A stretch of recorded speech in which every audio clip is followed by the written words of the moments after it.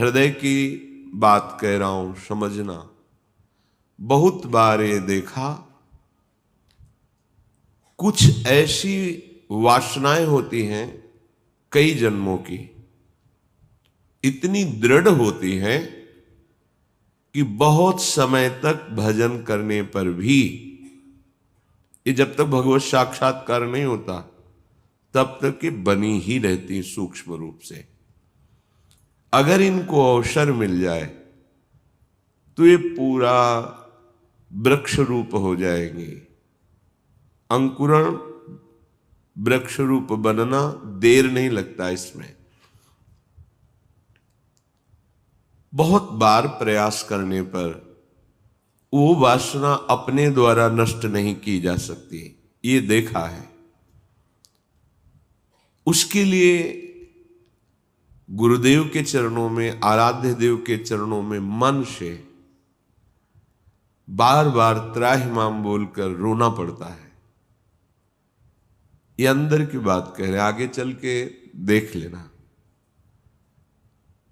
आर्त भाव से रोना पड़ता है, प्रभु हार गया, क्या करूं, कैसे करूं। चाह नहीं है पर वासना है। ये एक अजीब स्थिति साधन काल में देखी गई। मन से पूछ रहे तुम्हें चाह है, नहीं, पर अंदर वासना है। बड़ी अशांति का अनुभव होता।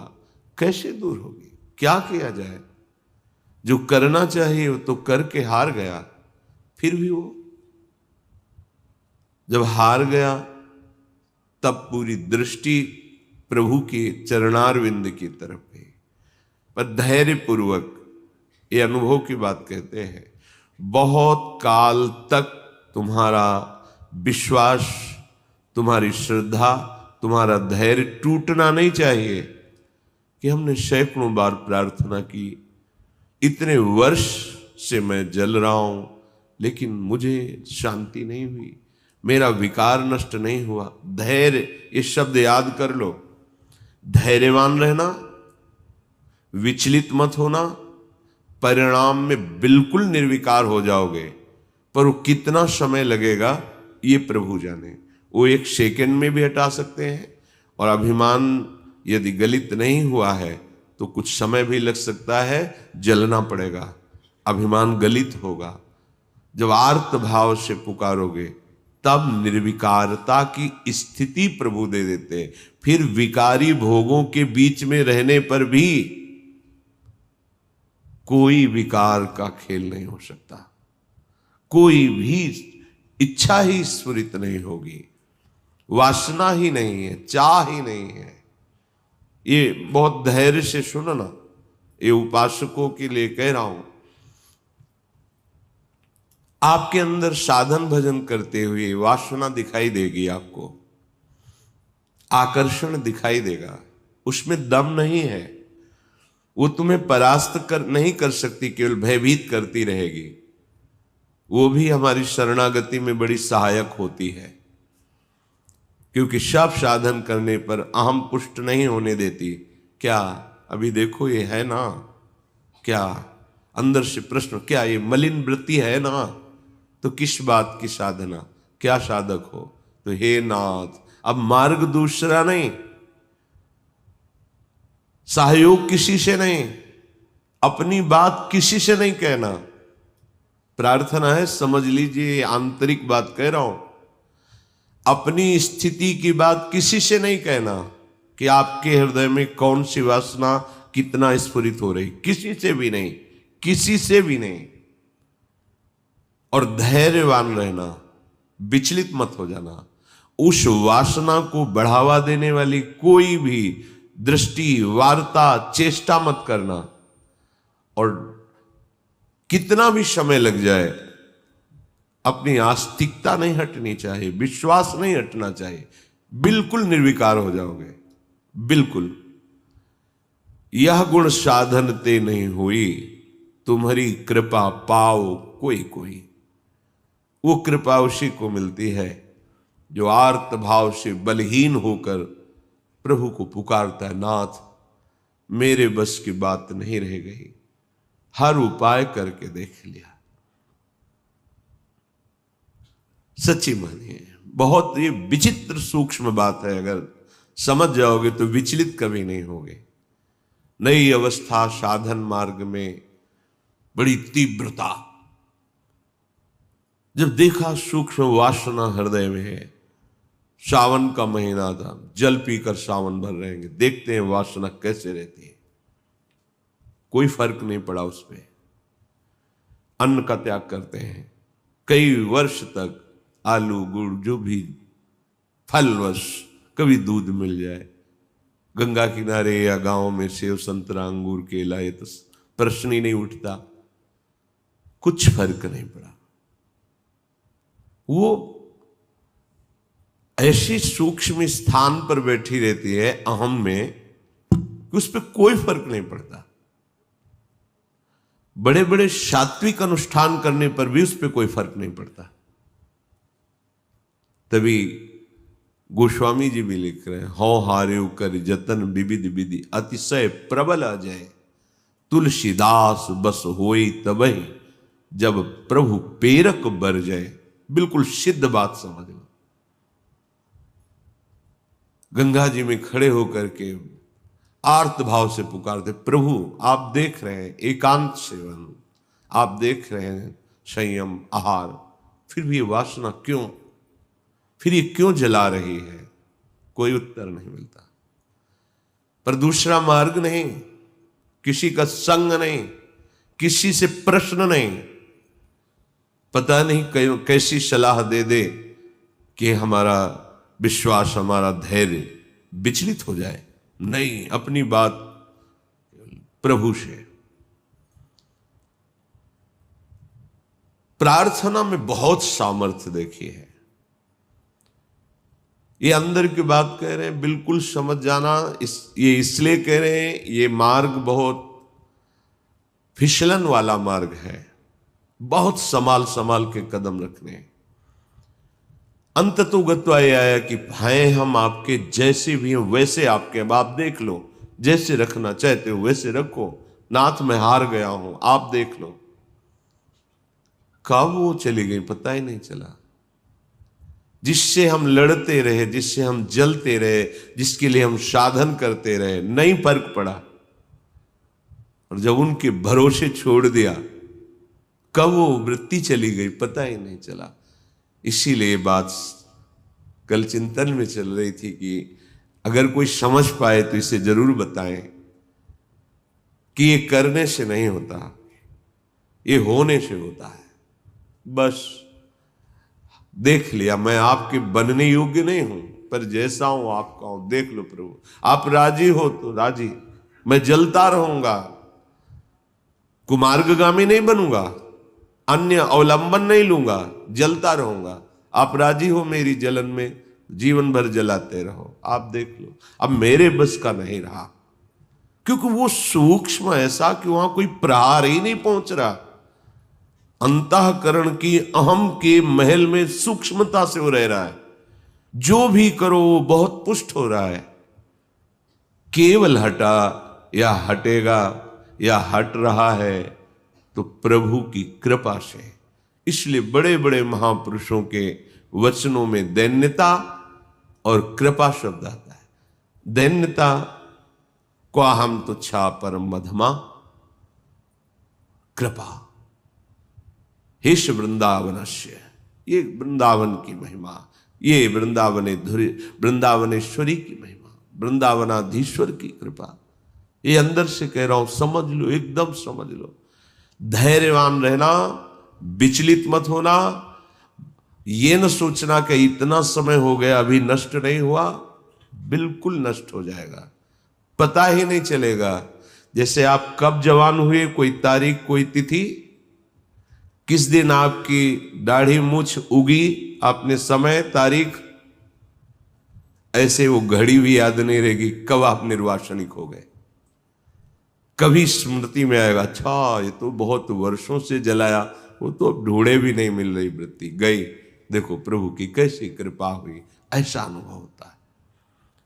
श्रीपाद कह रहे कि शास्त्र और गुरुदेव के वचन करोड़ों बार समझाए जा रहे, तुम्हें समझ में नहीं आ रहा। जिससे लोक निंदा हो, ऐसी चेष्टाएं, ऐसे आचरण, तुम क्यों संयम में नहीं रह रहे? देखो, इतना तो है कि हृदय जल रहा है, पर चेष्टाओं पर अंकुश होना चाहिए। हृदय में चाहत जला रही है संसार के भोगों की, पर हम बाहर से संयोग नहीं होने देंगे। तो उससे क्या होगा? वो क्रमशः हर बार कम होती चली जाएगी, शांत होती चली जाएगी, पर पूर्णतया निर्विकार स्थिति ये भगवत कृपा से होती है। मनागपि च नोत्सहे हत मनो युवत्या हृतम निरोधुमत ईदृशम किम विताश वृंदाटवी। ए भाई, अपने भाग्य को नीचा मत गिराओ। माया के द्वारा अपरहित मन से अधर्माचरण मत करो, बहुत पछताना होता है। प्रमाद स्थिति में समझ में नहीं आता, गलती हो जाती है।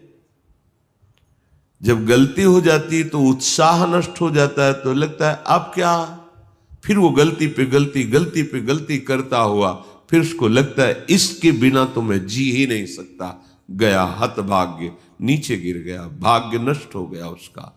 जो मनुष्य जीवन, दिव्यता, भगवत तत्व का बोध, भगवत प्रेम प्राप्ति, जगत मंगल करने वाला, वो गिर गया। जहां हमें ये बनना चाहिए था, वहां हम वासना के अधीन हो गए। श्रीपाद कह रहे हैं, अगर कोई रोक सकता है मुझ पतित को, निरुद्ध मत ईदृशम किम विताश वृंदाटवी, तो मुझे वृंदावन रोक सकता है। श्रीपाद की निष्ठा धाम की अद्भुत है। ये धाम मुझे निर्विकार कर देगा। हिया फिरे स्वार्थ आपने, भजन गए फिरे बाह। श्री ध्रुवदास। वृंदावन का जिसको अनुभव हुआ, तो देखा है कि वृंदावन का आश्रय ले ले तो धीरे धीरे वो हृदय को निर्विकार कर देता है, प्रिया प्रीतम में कर देता है। यहां से बाहर जो आते जाते जन अनुभव करें, यहां एक आते ही एक दिव्यता है, एक अलौकिक निर्विकार की स्थिति अपने आप यहां है। बाहर निकलते ही वो भजन, वो आनंद, वो चिंतन अपने आप हट जाता है, क्योंकि त्रिगुणात्मिका माया का प्रवाह है। ये धाम है। जो निरंतर धाम में वास करते हैं, अगर वो सावधान होकर के रहने से रहे, तो श्रीपाद कह रहे हैं कि राधा कीर्ति सुधा रसेन रसना, रात्रिं दिवं पूर्यता, श्री वृंदा विपिने तदीय पदयो, कैंकर्य में वार्थ्याम, धैर्यं स्वर्णमयी सितुर्नववयो, रूपश्रिया हार्यताम्, प्रेमाश्रुत पुलकादि भाव विभव, व्यक्त्या जगत्तार्यताम्। यदि आप रहनी से रह गए वृंदावन में, तो आपके हृदय का परिवर्तन होना प्रारंभ हो गया। आपको श्री जी की चर्चा, प्रभु की चर्चा, ये अमृत जैसी लगने लगेगी। जैसे देखो, आपको कोई कहे कि 3 बजे रात्रि के जग के दिनचर्या करके स्नान आदि आपको पहुंचना है, कितना बोझा लगेगा इस समय सोना छोड़ करके दिनचर्या। लेकिन बिना किसी कष्ट के आप, बिना किसी विषाद के आप बिल्कुल उत्साहित होकर, तैयार होकर सत्संग में आते हैं।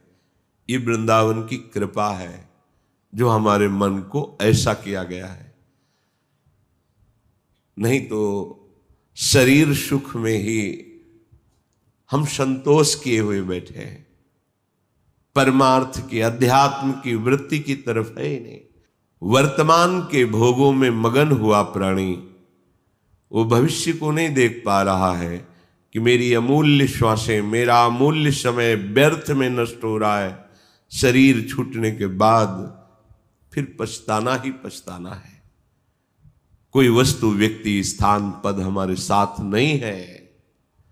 केवल प्रभु का नाम, प्रभु का चिंतन, प्रभु की सेवा, सत्संग, यही सत्य सच्चिदानंद है। यही तुम्हें शरीर छूटने के बाद परम सुख देगा। देखो, लौकिक सुखों के भोगों में लोग प्राण त्याग रहे हैं। तुम्हें एक जरा सा विवेक केवल धारण करने की जरूरत है। तुम्हें खुद दिखाई देगा कि सब धोखे में जीवन नष्ट हो रहा है। अज्ञान है इसलिए नहीं समझ में आ। थोड़ा सा विवेक, थोड़ा सा ज्ञान जागृत हो तो आप वैराग्यवान बन जाएंगे अंदर से। यदि आपको प्रभु की कथा वार्ता अच्छी लगने लगी है, बड़ी कृपा हो गई है। रोग का प्रभाव कम होने लगा है। नहीं, यह हरिचरित सुहाता नहीं है। जब हृदय मलिन होता है तो भगवत चर्चा नहीं सुहाती। राधा कीर्ति सुधा रसेन, रसना, ऐसा आपका जीव का स्वभाव बन जाए। चतुराशी जी, आपका जीवन बन जाए। गुनगुना रहे हैं पद या किसी भी ध्वनि में राधा नाम गुनगुना रहे, आपकी रसना पवित्र हो रही है, आपकी वाकेंद्री पवित्र हो रही है। जब राधा राधा बोलते हैं तो ये जो रस निकलता है मुख में, ये बहुत बड़ा चरणामृत है। जैसे हम नाम का स्नान कराते तो चरणामृत होता है ना। राधा राधा राधा, तो जो अंदर ये जब हृदय में पहुंचता है तो पापों का नाश करता है। राधा राधा राधा राधा राधा, ये तो जो निकला ये महान चरणामृत है। हृदय में जाकर पापों का नाश करता है। ये अकाल मृत्यु का नाश कर देता है। राधा नाम जपने से अकाल मृत्यु नहीं होगी। ये चरणामृत जा रहा है। राधा नाम अभी प्राण छूट जाए श्री जी को प्राप्त होगे। जिसका नाम वहीं धाम में पहुंच जाओगे। राधा नाम चल रहा है, कोई तुमसे भूल चूक हो गई, असत क्रिया हो गई, तत्काल भस्म हो जाएगा। उसका दंड नहीं भोगना पड़ेगा। इसका मतलब ये नहीं कि हम उत्साहित होकर पापाचरण करें, नहीं। कोई असावधानी, कोई त्रुटि, तत्काल वो जमा नहीं होगा। जाके कर्म वो जमा नहीं होगा, उसी समय भस्म हो जाएगा। विशेष है तो उसी समय आपको दंड मिल जाएगा। आप चबेटा लगा, गिर गए, आपको ठोकर लगी, अब कुछ हुआ, तत्काल शरणागत के लिए हिसाब आगे नहीं रखा जाता। तत्काल जलन हुई, तत्काल कोई चोट लग गई, तत्काल कोई कटु वचन बोल दिए, हृदय जला, शांत, वो पाप नष्ट। रात्रि दिवम पूर्यताम, पूरा समय जो जागृत का है, प्रभु की महिमामयी लीलाओं को गुनगुनाते हुए, श्रवण करते हुए। देखो कितना बढ़िया कलयुग की कृपा है। आप अपने घर में सत्संग चला के रख दे, पूरे कार्य करें। वो वातावरण भागवतिक और शब्द सत्संग के पढ़ रहे हैं। जैसे एकाग्रता पूर्वक सुने तो और अच्छा है, पर भजन करने में मन भागता है। अगर सत्संग चला को और फिर भजन करो तो जब भागेगा तो दो बातें हो रही, एक तो नाम चल रहा है और दूसरा सत्संग चल रहा है, तो जा नहीं पाएगा। उसे घेरो पहले। वास्तविक जो भजन का आनंद आएगा वो तो तब खुद अपने आप फिर इच्छा नहीं होगी। ये होगा कि जो नाम चल रहा है उसी को सुने, उसी को देखें, उसी पर। ऐसी स्थिति तक पहुंचने के लिए ये अच्छा है साधन कि सत्संग चला के बैठ गए। अब 1 घंटा का सत्संग चल रहा है और माला लिए बैठे, मन भागने की कोशिश करे सत्संग में, उसे 2 में पकड़ो। सत्संग चल रहा है, नाम चल रहा है, पकड़ा रहे। पूज्य राधा बाबा ने कहा 2 नाम चलाओ एक साथ। कितने प्रवीण महापुरुष हैं। एक तो चल नहीं पा रहा, वो कह रहे एक और अलग अलग बाबा की अलग अलग महापुरुषों का चिंतन होता है। जैसे हम जप रहे हैं ये नाम और चिंतन मिला रहे हैं मंत्र, अब भागेगा तो कहां भागेगा। तुझे नाम भी जपना, चिंतन मंत्र का करना है। चल रहा है मंत्र, चिंतन राधा नाम, देखो एक ही में नहीं टिकता है तो दो, कितने प्रवीण भाग तो भाग काम भाग के जाएगा, घेरते हैं। तो चलो अपने में इतनी योग्यता नहीं है कि एक साथ, तो फिर सत्संग है, प्रभु की छवि सामने रख लो, बार बार निहारते रहो, इसको डबल लगाना पड़ेगा। वास्तविक परमानंद का अनुभव एक में ही होगा, पर वहां तक पहुंचने के लिए हमें एकाग्रता लाने के लिए ऐसे बाहरी साधन रखने चाहिए जिससे अब बाहरी साधन टेलीविजन न रखे कि माला चल रहा है और नाटक सिनेमा देखोगे तो फिर वो नहीं, भागवतिक ही होना चाहिए। कोई भगवत प्रेमी महापुरुष के वचन या कोई प्रभु की छवि रखें, बार बार नक्श सीख लो, अंग माधुरी देख रहे हैं, नाम जप कर रहे हैं या नाम जप चल रहा है और किसी पद की पंक्ति को बार बार भाग नहीं पाएगा, इससे घेरा जाता है। भोजन के समय हमने देखा कि मन जो है वो छोड़ने की चेष्टा करता, अभ्यास के समय, तो इसे बड़े पद में फंसाया, पद कंठस्थ तो बड़े पद में शुरू किया। अब आराम से पूरी पद में दृष्टि, क्योंकि बड़ा पद भूल जाएंगे तो भूल जाएंगे, फिर आराम से पा रहे और पद पूरा चल रहा है। धीरे धीरे ऐसा अभ्यास कि कवल उठाते ही पद चलने लगे। अब 1 घंटा लगे प्रसाद पाने में, आराम आराम से पा रहे हैं, पूरा पद चिंतन करते हुए। जहां हमें लगे कि हमारा भजन छूटता है वहीं से पकड़ाओ, मन को पकड़ाओ, कोई पद पकड़ा दो, कोई भजन पकड़ा दो, कोई ध्वनि पकड़ा दो। एक बार ये पकड़ लेना, फिर इसका स्वभाव है ये बार बार उसी को पकड़ता है। जैसे हमने विषयों को पकड़ा दिया तो बार बार विषयों में जाता है। प्रभु की भक्ति के अभ्यास में लगा दे तो ये इसका अभ्यास करने लगता है।